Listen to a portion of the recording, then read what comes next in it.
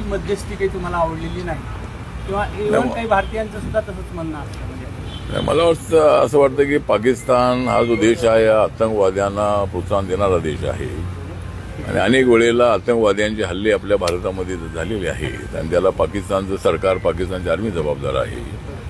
त्यामुळे माननीय नरेंद्र मोदी यांनी भूमिका घेतलेली आहे की आता कॉम्प्रोमाइज नाही. आणि डोनाल्ड ट्रम्प यांच्याबद्दल आम्हाला आदर आहे. ते एका मोठ्या देशाचे अध्यक्ष आहेत. नरेंद्र मोदी साहेबांबरोबर त्यांचे अत्यंत संबंध चांगले आहेत. भारत आणि अमेरिकेमध्ये अत्यंत चांगला संवाद आहे. पण पाकिस्तान आणि भारताच्या या जो सध्याचा प्रॉब्लेम आहे त्याच्यामध्ये भारताची भूमिका ही आहे की पाक व्याप्त काश्मीर आमच्या ताब्यामध्ये मिळालंच पाहिजे.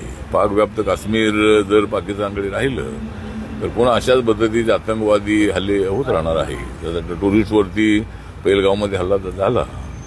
त्यामुळं भारताने मागणी केलेली आहे की पाक व्याप्त काश्मीरचा जो आपला जो ताबा आहे तो सोडावा आणि पाक व्याप्त काश्मीर आमच्या ताब्यामध्ये आलंच पाहिजे अशी आमची आग्रही मागणी आहे.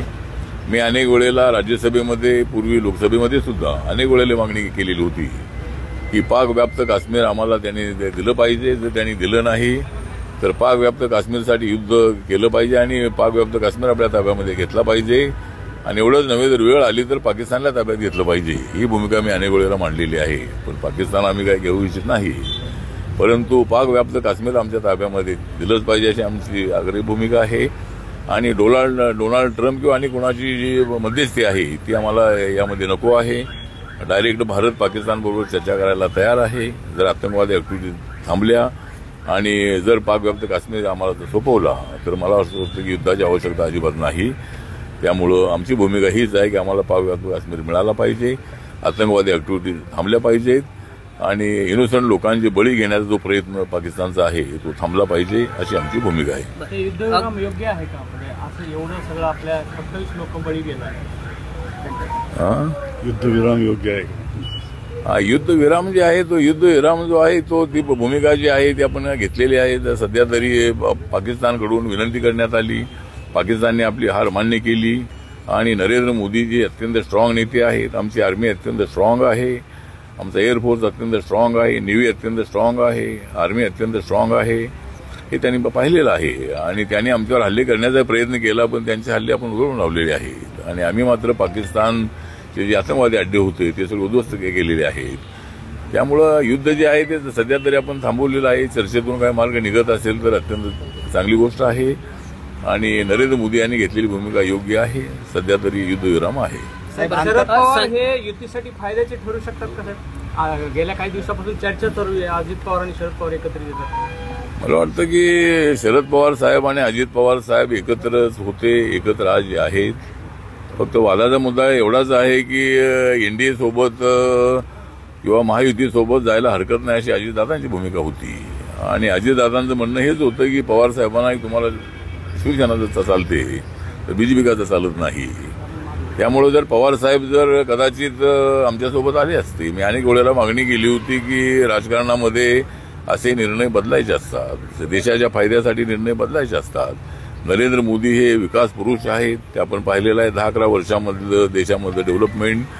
आणि पवार साहेबांसारखा माणूस जर आमच्यासोबत आला नरेंद्र मोदींच्या खांद्याला होऊन या देशाच्या प्रगतीसाठी, शेतकऱ्यांच्या कल्याणासाठी आणि देशाच्या विकासासाठी ते जर आले असते तर कदाचित शरद पवार साहेब या देशाचे राष्ट्रपती होऊ शकले असते. जर सुरुवातीला ते आमच्यासोबत 2014 मध्ये आले असते आणि आता वेळ की गेलेली नाही आहे. अजूनही जर पवार साहेब, शरद पवार साहेब आणि अजितदादा एकत्र येऊन जर त्यांचा आम्हाला महायुतीला महाराष्ट्रामध्ये पाठिंबा मिळत असेल, देशामध्ये एनडीएला पाठिंबा मिळत असेल तर शरद पवार साहेबांचं स्वागतच आहे.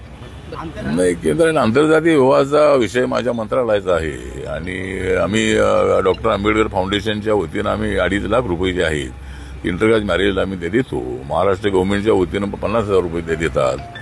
त्यामुळं इंटरकास्ट मॅरेजला म्हणजे त्यांना मदत जे अनुदान आहे, मानधन आहे ते देण्याचं बंद केलेलं आहे असं अजिबात नाही आहे. आणि मी त्या खात्याचा मंत्री असल्यामुळे मला अद्याप त्याची काही माहिती नाही. परंतु आमच्या देशाची जी सेंट्रलची योजना आहे ती काही बंद होणार नाही आणि ती चालू राहणं हे आपल्या समाजाला एकत्र आणण्यासाठी अत्यंत आवश्यक आहे. प्रत्येक वर्षाला कमीत कमी 2.5 लाखापेक्षा जास्त इंटरकास्ट मॅरेज होतात आणि समाज जवळ येतो आहे. तरुण एकत्र येत आहेत आणि ही आपल्या देशासाठी सामाजिक न्यायासाठी अत्यंत महत्वाची बाब आहे आणि म्हणून ही स्कीम बंद होणार नाही असं मी या ठिकाणी सांगू इच्छितो. शेवटचा प्रश्न साहेब, सामाजिक न्याय राज्यामध्ये लाडकी बहीण योजना महत्वाची योजना आहे आणि त्या योजनेसाठी सामाजिक न्याय विभागाचा निधी वळवण्यात आलेला आहे. त्याला उद्विग्न होऊन सामाजिक न्याय मंत्री असं म्हणतात, जर गरज नसेल तर हे खातं बंद करा महाराष्ट्रामध्ये. म्हणजे त्याची खंत त्यांनी व्यक्त मला केली. वाटतं की संजय शिरसाट हे सामाजिक न्याय खात्याचे मंत्री आहेत आणि त्यांच्या खात्याचा जो निधी आहे तो गोरगरिबांचा निधी लाडक्या बहिणींकडे वळवणं योग्य नाही आहे. लाडक्या बहिणींना त्यांचा जो अधिकार आहे तो मिळाला पाहिजे, पण समाज कल्याणची इतर मोठी खाती आहे त्या मोठ्या खात्यांचा निधी वळवला पाहिजे. सामाजिक न्याय खात्याचा निधी वळवणं अत्यंत अयोग्य आहे. कर्नाटक राज्यामध्ये तर असा कायदा आहे की सामाजिक न्याय खात्याचा निधी अजिबात कुठे वळवता येणार नाही. तर महाराष्ट्र सरकारकडे माझी मागणी आहे की आपण इथं कायदा करावा आणि सामाजिक न्याय खात्याचा निधी कुठे वळवता येणार नाही या संबंधामध्ये निर्णय घ्यावा अशी आपली मागणी आहे. आणि लाडक्या बहिणींना जे 2100 रुपये जाहीर केले होते ते 2100 रुपये जरी आता थोडा आर्थिक आपण थोडे अडचणीत असलो तरी आर्थिक परिस्थिती सुधारल्यानंतर लाडक्या बहिणींना आम्ही 2100 रुपये देऊ असं आश्वासन माननीय मुख्यमंत्री देवेंद्र फडणवीस, एकनाथ शिंदेजी, अजितदादांनी दिलेलं आहे. त्यामुळे लवकरच त्यांना 2100 रुपये मिळतील अशी मला अपेक्षा आहे आणि ती मिळावीत अशी माझी मागणी आहे. उद्धव ठाकरे आणि राज ठाकरे जर एकत्र आले तर मला असं वाटतं की प्रकाश आंबेडकर मला एकत्र यावं लागेल. त्यामुळं हे सगळे जर एकत्र अजितदादा आणि पवारसाहेबांनी अजितदादा एकत्र येत असतील, नंतर उद्धव ठाकरे राज ठाकरे एकत्र येत असतील तर प्रकाश आंबेडकरांच्या सोबत मला एकत्र यावं लागेल. पण ठीक आहे, मला असं वाटतं की उद्धव ठाकरे राज ठाकरे एकत्र येणार नाहीत आणि जरी ते एकत्र आले तरी महाविकास आघाडीमध्ये फूट